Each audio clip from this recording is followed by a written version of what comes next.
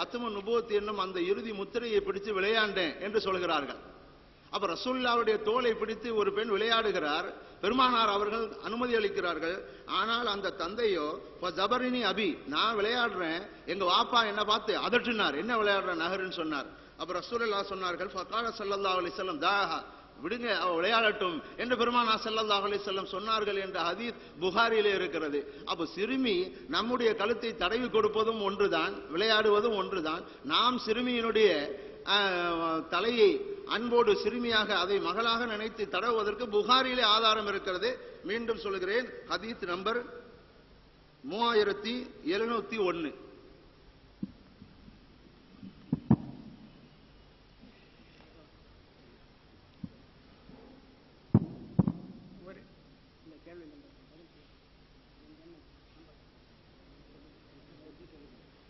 ஒரு நம்பரை பத்தி சொன்னாங்க. அந்த எழுத்துக்கள் ஒவ்வொரு எழுத்துக்கள் ஒவ்வொரு எண்களை அறிவிக்கிறது. அந்த எண்ணை அடிப்படையாக வைத்து அவர்கள் முடிவு செய்கிறார்கள் அப்படின்னு சொன்னாங்க. இது அரபிகளிடம் உள்ள ஒரு கலை, எண் கணித முறை அப்படின்னு சொல்லுவாங்க. இலக்கியம் அப்படின்னு சொல்ற மாதிரி, இலக்கணம் அப்படி இருக்கிற மாதிரி எண் கணித முறை அப்படின்னு சொல்லக்கூடிய ஒரு கலை இருக்கு. இந்த எண் கணித முறைன்னு சொல்லக்கூடிய கலை மூலமாக ஏராளமான விஷயங்கள் நமக்கு அறிவிக்க முடியும். சில எழுத்துக்களை எண்களை வைத்து சில எழுத்துக்களை வைத்து எண்களை முடிவு செய்யக்கூடிய ஒரு கலை இருக்கிறது. இந்த கலை ஏராளமான கருத்துக்களை அறிவிக்கிறது. எந்த அளவுக்குன்னு சொன்னா, ஸல்லல்லாஹு அலைஹி வஸல்லம் அவங்களுக்கு அல்லாஹு தஆலா கொடுத்த பேர் என்ன? முஹம்மது. இந்த முஹம்மதுன்னு சொல்லக்கூடிய வார்த்தையுடைய எழுத்துக்களை நாம கூட்டி பார்த்தோம்னு சொன்னா 313 அப்படின்னு வரும்.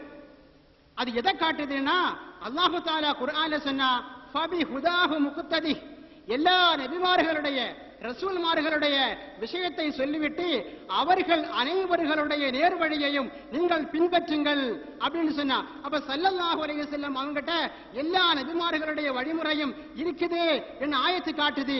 இந்த முஹம்மதுன்னு சொல்லக்கூடிய வார்த்தையில் உள்ள எண்கள் காட்டுது. எவ்வளவு பெரிய அழகான கருத்தை இந்த எண்கணித முறை என்பதை காட்டும் போது அதை புரிந்து கொள்ள முடியாவிட்டால் கூட படிக்காமல் இருக்கக்கூடாதா?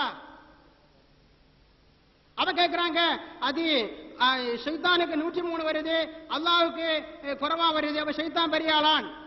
அது பயன்படுத்த வேண்டிய இடத்துல பயன்படுத்தணும். கத்தி இருக்குது, மாங்காவை வெட்டலாம், ஆப்பிள வெட்டலாம், கழுத்தை வெட்டலாமா? என்னங்க இது?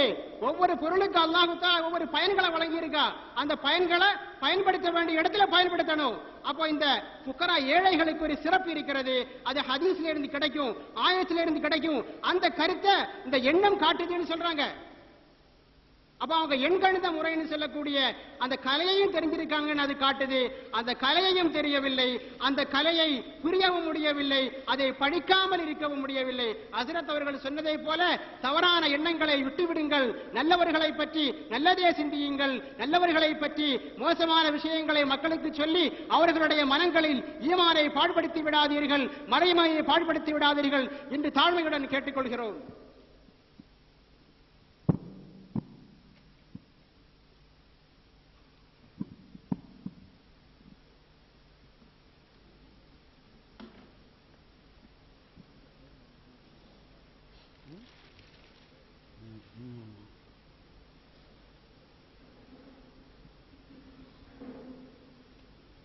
அன்பு நண்பர்களே, அந்த ஹிகாயத்தில்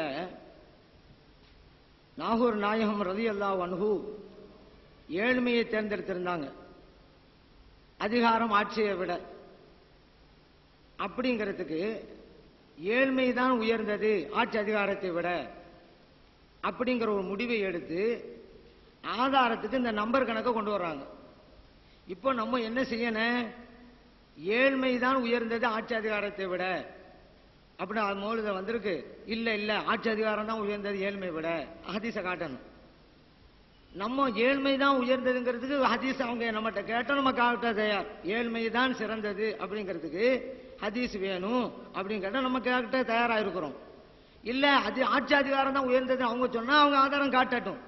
அந்த ஆதாரத்தை காட்டிட்டு இதுக்கு மாற்றமான ஒரு விஷயத்துக்கு இப்படி ஆதாரத்தை தர்றான்னு ஃபர்ஸ்ட் சொல்லணும். அந்த விஷயத்தை தப்புன்னு சொல்லணும். இப்ப அந்த விஷயம் தப்பு இல்லையாங்கிறாங்கிறது ஒன்று ஃபர்ஸ்ட் நமக்கு சொல்லணும்.